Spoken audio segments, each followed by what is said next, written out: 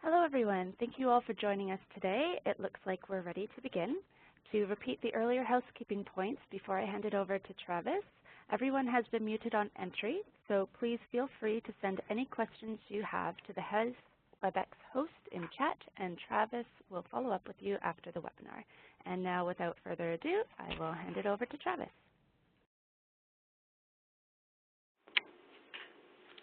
Great. Thank you very much. So hello and welcome to our webinar. How to get the most from an MSP, whether you have an MSP or you're looking at doing an MSP, we'll try and kind of cover both categories today. Like any relationship, things change, and if you and your MSP aren't evolving with each other, it's easy to drift apart, or perhaps at least you should. Sometimes it's just difficult to break up. But the goal of today is to help anyone considering the MSP or currently partnered with a provider to avoid this. So what we'll cover is the benefits of an MSP, try and help you understand what you can expect or what you should expect, a few options to get the most from your current provider, and then finally, how to know when it is time to move on or if you should move on. And that could be either pulling your MSP in-house or kicking it back out to RFP. And pulling an MSP in-house is something that we've helped a little bit more commonly in the last couple of years. Before we get started, though, I do want to introduce myself. So my name is Travis O'Rourke, and I lead our talent solutions business here in Canada. We at Hayes deliver programs in over 40 countries around the world, but Canada is my remit, a little bit of the U.S. But I support our clients in finding the right answer to their unique challenges. And believe me, they are unique. No one client is the same and no solution is the same. Every MSP or RPO program requires a pretty high degree of customization. Having specialized in temporary or contract work for the last 15 years, I've developed a lot of expertise in contingent workforce management and what it takes to make an MSP work. I've supplied into probably 50 or so programs, but then now as a provider, it's kind of giving me a unique perspective into what works well and what should probably be avoided. But enough about me. Let's move forward with our topic here. So what is an MSP? Put simply, a managed service program, or MSP, is the management of the sourcing, engagement, or administration of temporary, in the U.S. and Canada, that would be T4 or W2s, and then other non-permanent resources or tasks by an external provider. So as we just said, talking about pulling programs in-house, I suppose it's not always an external provider, but usually the same language applies. And these programs will typically cover temporary workers, contractors, consultants, and then very recently, statements of work are pretty hot in the market. But these resources are often sourced from a number of agencies or vendors, but the key is that they're managed through a single common process which will cover the full life cycle. That's from requisition to sourcing or onboarding, timesheeting expenses, payment administration, and then often overlooked, but very important, is the exit or the offboarding. Now these programs are usually underpinned by a VMS or a vendor management system, which are web-based platforms and manage or track the entire process. Now, apologies to all of you on the call right now who are running mature programs, but it is important to kind of level set for those who are not as of yet. MSP program spend is growing at about 3 times the rate of traditional staffing spend. That means that organizations moving towards this model, we're seeing 3 times greater, and it's an increasingly popular way for organizations to manage their temporary workforce or the gig economy, and it's with good reason. An MSP puts you in control, and I know that sounds a little odd that outsourcing your program puts you in control, but by capturing all the activities in a single process or piece of tech, you get full visibility so that you can apply your organizational policies and processes and procedures to all hires, run audits to ensure that everything is 100% accurate, and it'll help flag things to you when they're not, which ultimately eliminates that unnecessary risk. So for example, processes and tracking massively reduce your risk by ensuring the quality and the compliance of hires. The data that you'll capture in a VMS is going to allow you to monitor and manage the entire supply chain performance, You can analyze the spend, the activity, the KPIs, and really your MSP is on the hook to help locate these inefficiencies and blockages in your program.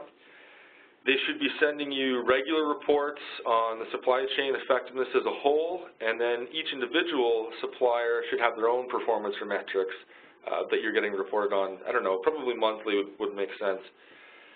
These reports are critical.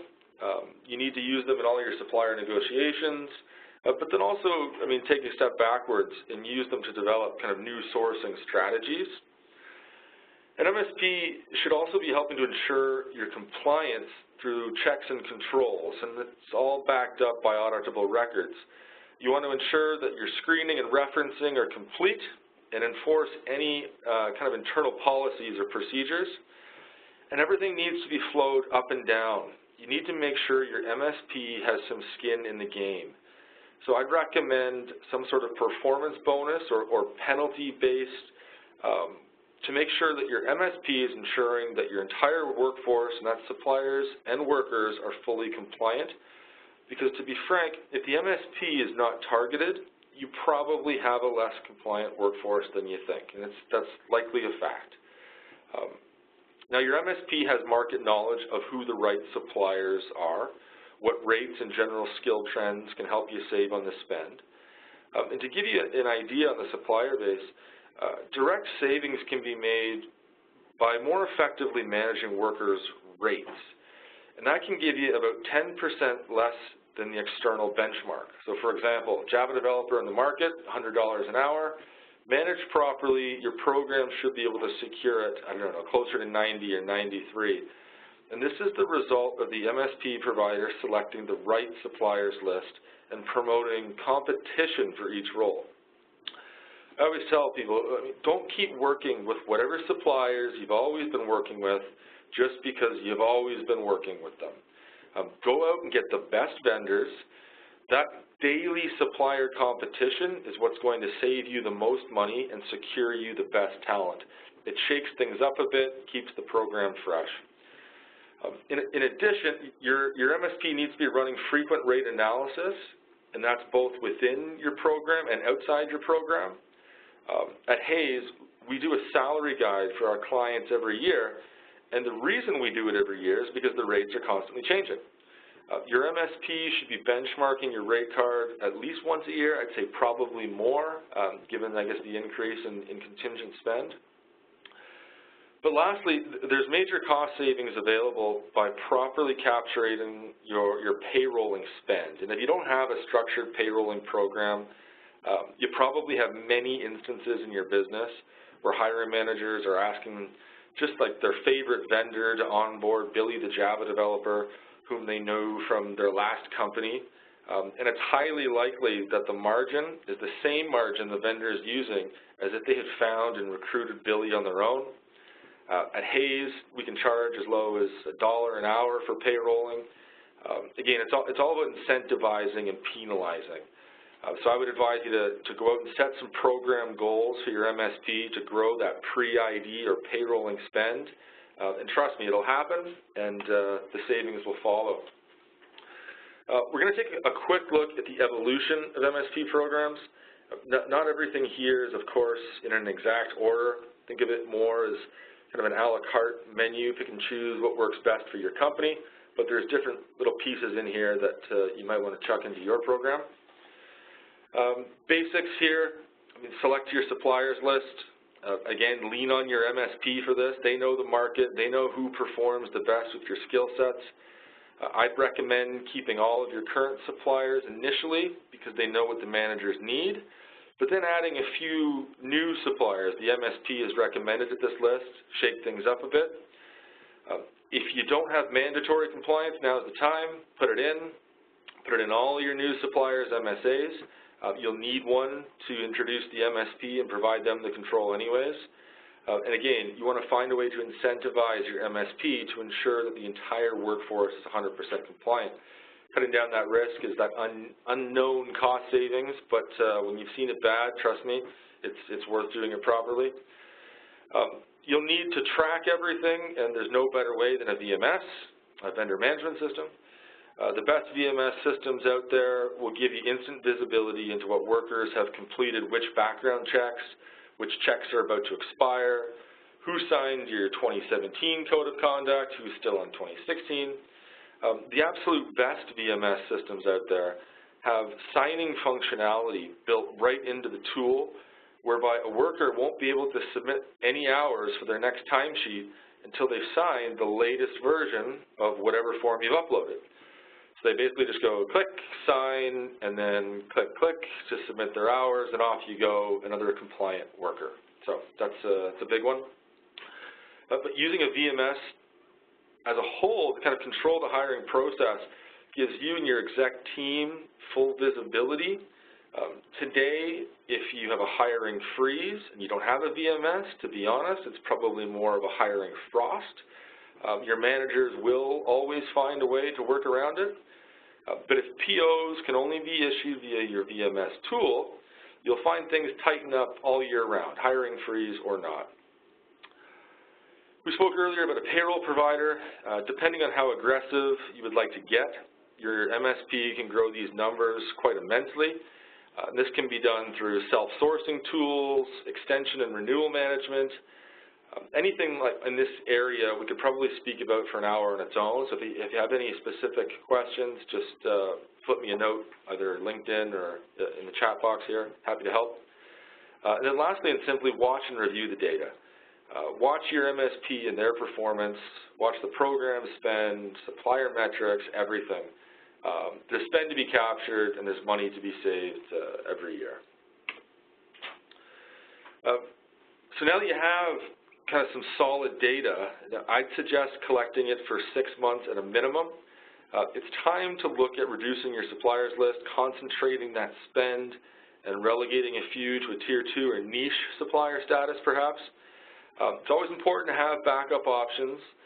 You want suppliers who are itching to prove themselves, but it's not as important as consolidating the spend to that top tier.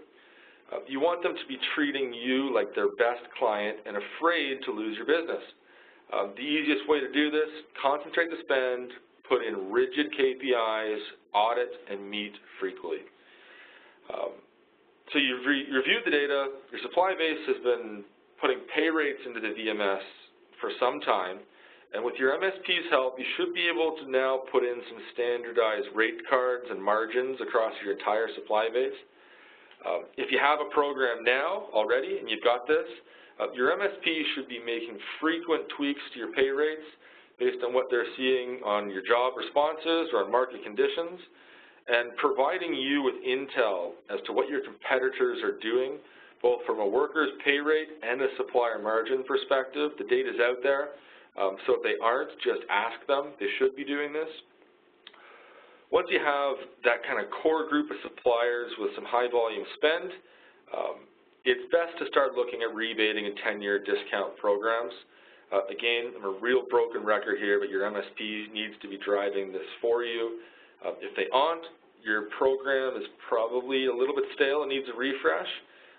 A lot of the time what happens is you'll fall into a pattern, everyone gets comfortable, you're comfortable with the rates, the margins are low, and it ends up costing you money because there's lots of tricks out there, especially for rebates and tenure, so encourage everybody to get creative. We'll look at a few of the more advanced trends now. Probably best to wait until your program is up and running a couple of years before you start going in this direction, but to each their own. We've gone the full gamut in year one. A strong MSP is going to help you with kind of workforce planning across your entire fiscal year. You'll want a solid blend of permanent versus contingent, and the trends from last year's usage within the contingent program should be a big dictator. They should also assist with like the locations of work. These days, why should you keep hiring a Java developer every year in Chicago or Toronto? The workforce is 25% cheaper in Jacksonville, or it's 80% cheaper in Krakow. So having a supplier who can understand that and make those recommendations is key. SOW spend is something that we recommend all of our clients look to capture within the program, not necessarily right away, but at least at some point. And the reason being is this is where most of your rogue contingent dollars are going to end up. So during discovery or implementations, I've found workers coded as office supplies. We have seen a staffing agency submit an auditor for $40 an hour into the VMS, and then they were not selected because they weren't the best candidate available. And then when we brought in the SOW into the program, it was about 6 months later, that unsuccessful worker was on site through one of the big four billing at $150 an hour. They were just kind of wrapped into an SOW with 6 other auditors, also at $150 an hour. So your MSP, coupled with a high-end VMS, should be catching, flagging, and just blocking this waste, lowering the rate of that one worker, and then next time trying to work with that manager to help capture that 6 auditor spend into your contingent program where you should have been paying $40 or $50 an hour. A direct sourcing, or a CRPO, is huge in Europe, and it's where your MSP is actually doing the recruitment themselves. Typically, you'll see an exclusivity period in exchange for a huge reduction on your core supplier's margins. Now, all of a sudden, your MSP is going to be incentivized even further for your program to succeed, and they're going to work even harder out of fear of losing an even larger chunk of cash from your program. Pressure's all on them now, and you'll benefit from the lower margins and hopefully reduce that spend number even further. Self-sourcing is helping to drive some of that pre-ID or payroll spend. Your current suppliers are trying to find workers today who are familiar with your environment. There's a better chance that you're going to hire them if they find that person.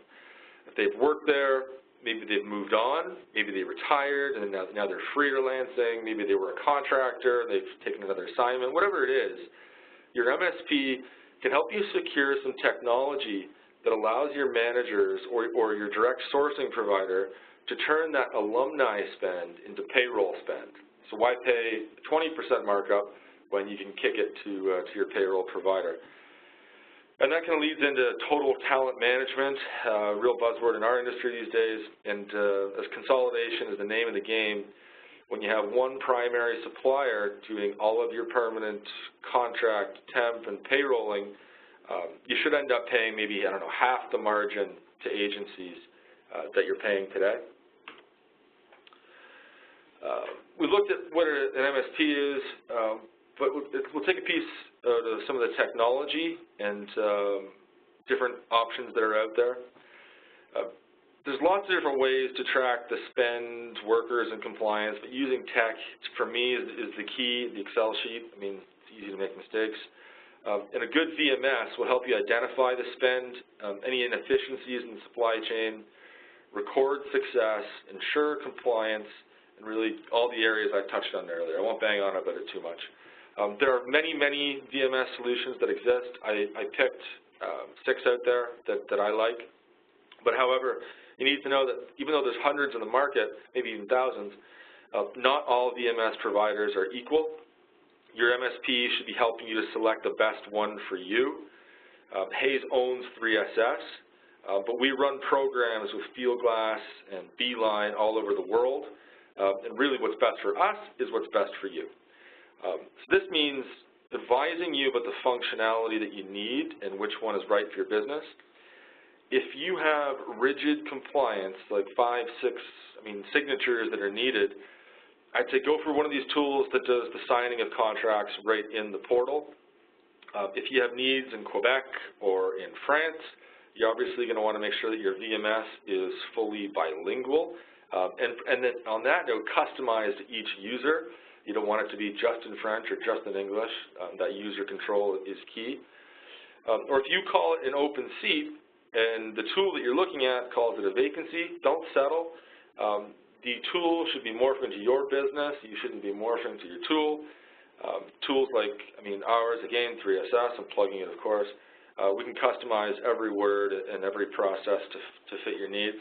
3SS, Hayes or not, I do suggest you go with a supplier who owns their own tool or at least has deep relationships with a few VMS players so that you can make ad hoc requests by by picking up a phone rather than creating a ticket and waiting for the next 6-month sprint, hoping enough of their clients wanted the same thing as you. Whatever you do, training is going to be key. If you want it to get uptick in your business, managers and the workforce are going to need to know it inside and out. So again, that's kind of why I like the supplier-owned tools, because they can control that aspect as well. There's loads of new tech out there, lots of changes, a lot of disruptors in the market. An example here is a partner that we use for large volume, low skill projects. Kind of listen to me here. If you need 40 workers for general labor, what we do is we pump out a rec to everyone who's pre-qualified into their phone. Usually we'll send it out to 100 or 200 people if we need 40.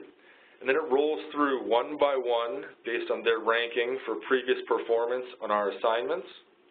A worker can accept or reject a job offer. And then if they accept it, the assignment details just follow right away with the contract.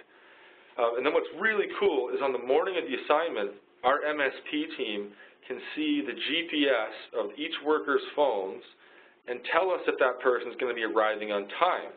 And if not, we can terminate them before they even showed up on site and source someone new. Or if we've seen they're not even planning to go to site, again, we source someone new. And then once they arrive to site, they have to take a selfie on their phone to prove it's them. It comes right to our MSP team. At the end of the day, they submit their hours within the app, and then off they go. So we don't track them during the day while they're on site, but it is kind of a requirement for us to make sure that you're going to show up on time. So that's a new piece of tech that's out there. It's incredibly efficient. It's not for everybody. There's no interviewing, but again, in the right situation. MSP should be looking at onboarding portals for you. I mean, contingent workforce numbers are growing so immensely that you want your contingent workforce to feel a little bit closer to your organization than maybe you used to. We don't want to treat them as an employee. We want them to have a similar experience. Helps keep them engaged and do a better job for you. So we'll put things in our onboarding portals about how to find A or B well on site. We'll run little different promotions that maybe your company is offering, and you can turn your worker into a customer as well. We'll also work to try to highlight any internal openings on your perm side, because obviously they now know your environment. If they've done a good job, it's best to retain that worker. There's plenty you can do with these tools, but it's something that you should look at. Hayes does a fair bit of direct sourcing, or CRPO, and we use tools like this to really harness the power of your brand. Because right now, if you have an MSP program, you probably have about 10 suppliers out there, and they have your brand in their hands. And who knows what they're saying or what they're doing with it. I like direct sourcing because it puts your brand into the hands of one supplier. And instead of recruiting on behalf of this confidential client, it gives your partner an opportunity to sell your company, not just the job itself. And then not everyone is going to get the job. It really helps with rejection.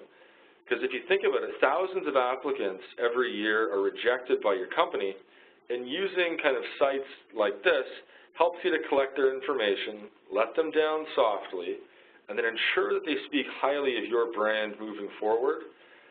Hopefully, if you're in a consumer-facing business, you can also retain them as a customer. So very important for not just selling the job, but telling people not this time as well. Just bumping back to the VMSs, they're not the same.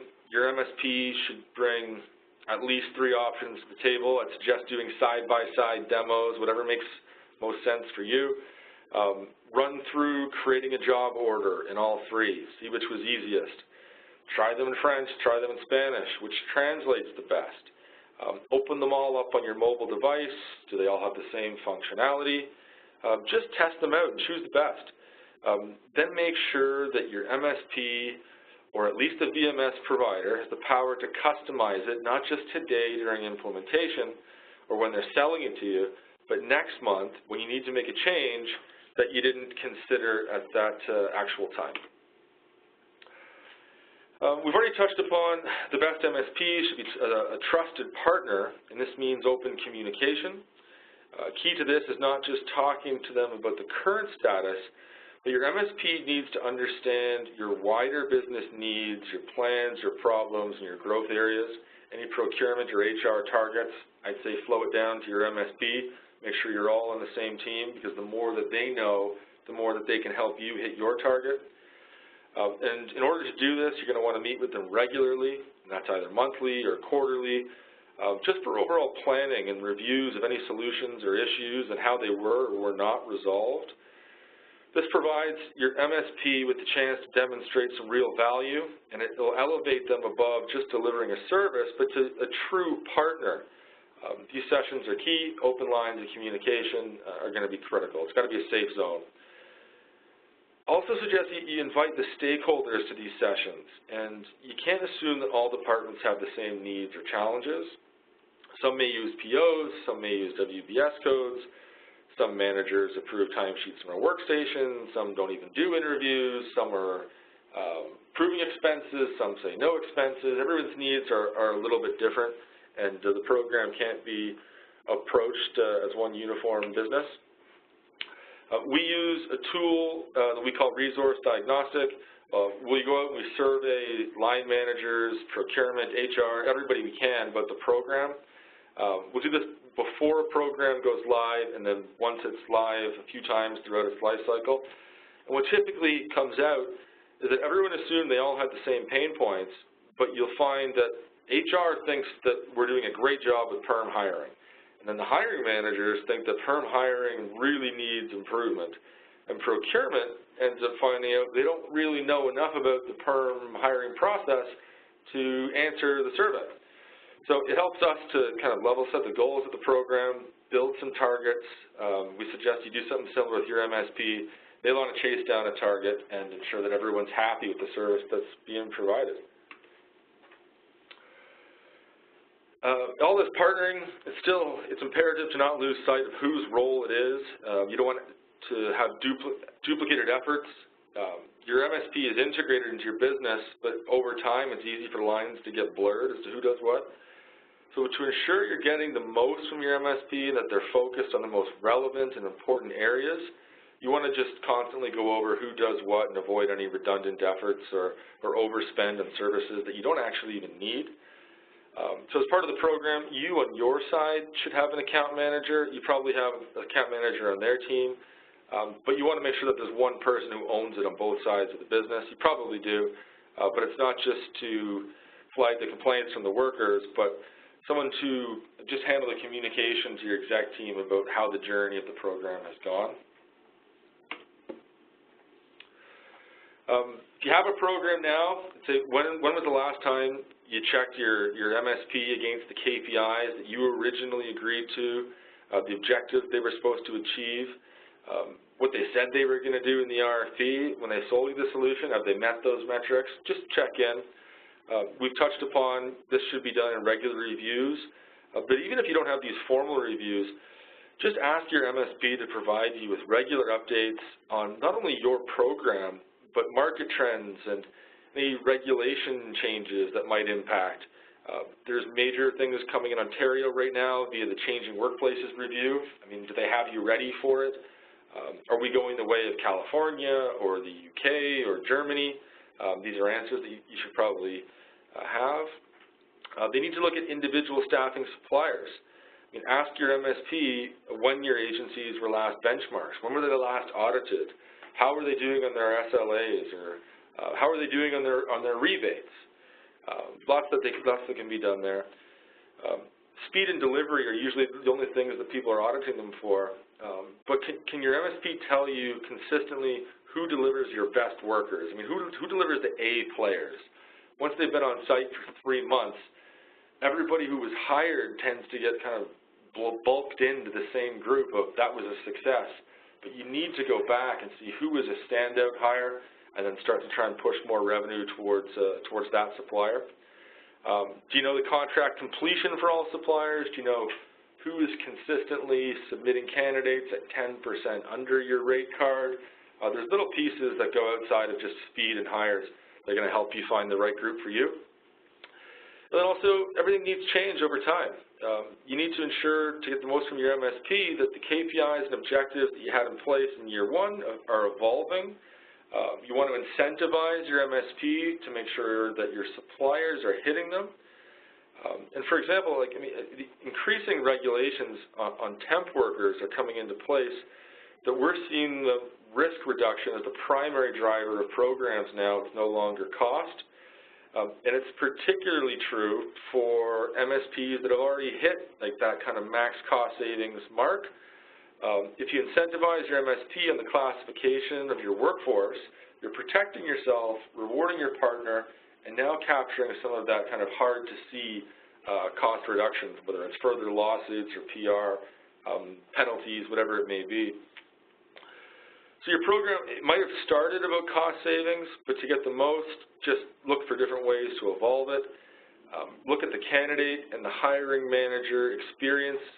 Look at the quality of the hire, the sourcing innovation, what else is coming in, just I guess a few options. If you're ever, in the ever connected, social media, transparency is key. What's being said about you is crucial. We talked a little bit about your brand. But are your suppliers portraying this? Don't just audit the workforce. Go take a look at their job orders. Go take a look at the advertisements that are online and make sure that you're pleased with how you're being represented to the marketplace. Companies frequently miss out on great talent. The talent scarcity is something that's not new to anybody. And why would you not want to maximize your efforts? So you should be looking at exploring alumni pools and how you can maintain these within technology. Direct sourcing, again, as we discussed earlier, is becoming increasingly important to contingent programs for the efficiencies and cost savings. But keeping a willing and engaged pipeline of pre-ID or alumni workers is always going to be more effective than going out to market and starting from scratch. So to enable it, your MSP should be maintaining this on your behalf, but also your hiring managers need to be kept up on what the market conditions are, what any developments or trends, so that they're in a position to make educated and informed decisions, and your MSP can advise them on these points. It doesn't work if you have excellent data on what a Java developer makes in Vancouver or in Seattle, but if your hiring manager hasn't hired a Java developer in that region in 5 years and thinks that the rates being submitted are way out of whack, it doesn't work. Candidates get rejected, suppliers get upset, and projects get delayed. So education, not just to the procurement group, but to all line users, I think is critical to the success in looking at a talent pool. We've said things change over time a few times now, and should you consider your MSP, are they only covering the original scope? Is there room to expand and replicate the success in one area into another? And whether this means in terms of geography, in terms of departments, or a worker type, always be looking to kind of capture that next piece. But not only that, share some success within the program. Your MSP should be working with you on regular communications on all of your internal teams to share their best practice.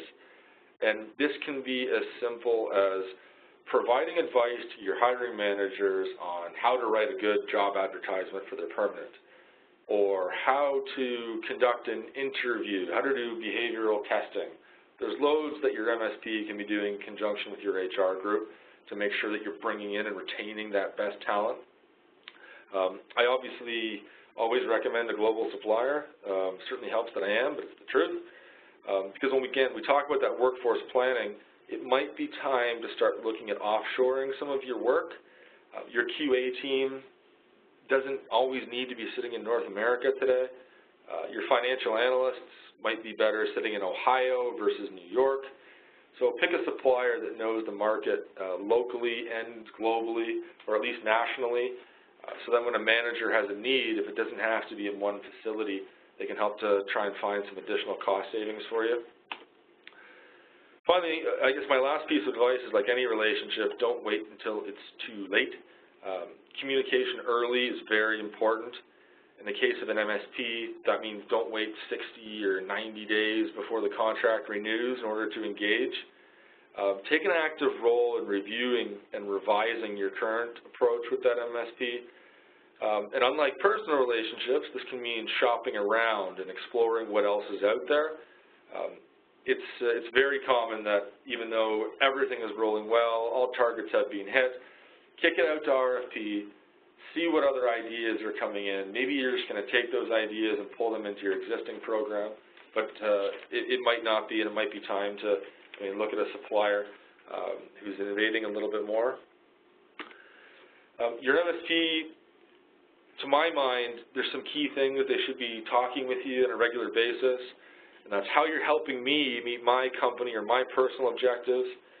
How can we be better using talent and workforce analytics? What new trends and legislation do we need to be aware of? We mentioned that briefly. What's your competition doing? What aren't they doing? What are you doing better than them? How are you doing on talent scarcity? Are you preparing well for the gig economy, even though it's growing? That's almost an old term now. How can we better access talent across the region or the globe? Or should we just be taking a more holistic approach as a whole? Now, although I do hate to finish on a sour note sometimes, there's nothing you can do, and it is time to just move on. So before I close, I'd like to cover some key signs that you should look for to let you know it's time. For me, personally, most importantly, it's when there's no innovation. If you've seen no evolution in the service recently, then it's definitely time to at least talk to other providers. If your supplier isn't bringing new ideas to the table, then it's time to move on. They should be constantly evolving and pushing to show extra savings and benefits, not just taking your direction. And that's what happens too often. After all, you are paying them for their expertise, not to just do what you say. They're supposed to be the experts. So if your MSP hasn't talked to you about recent trends or innovations, any new areas, then you're probably a cash cow to them and they don't feel the need to. They're comfortable, and it might be time for you to either move on or, again, kick it out to an RFP. Other obvious signs of breakdown in communication. Are you meeting regularly? Are you meeting the same language? Are you giving them targets that they're unable to hit? Do they have a roadmap for you of where the program should be going? And if you can't answer yes to any, or at least, or maybe even all of these, it could be time to start a new relationship.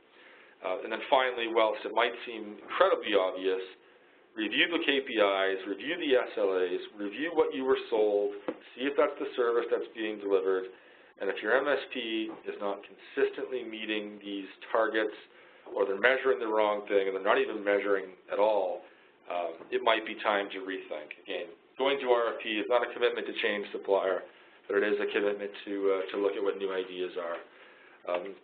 Honestly, folks, that's it for me today. I really thank you for the opportunity to teach a little bit of what we know. And if you do have any questions, you can send me a note to travis.o'rourke@hayes.com. You can type it in the box here, or LinkedIn, obviously. But I wish each of you the best of luck in your current programs or any future ones that you start on. Thanks very much, everybody. Take care.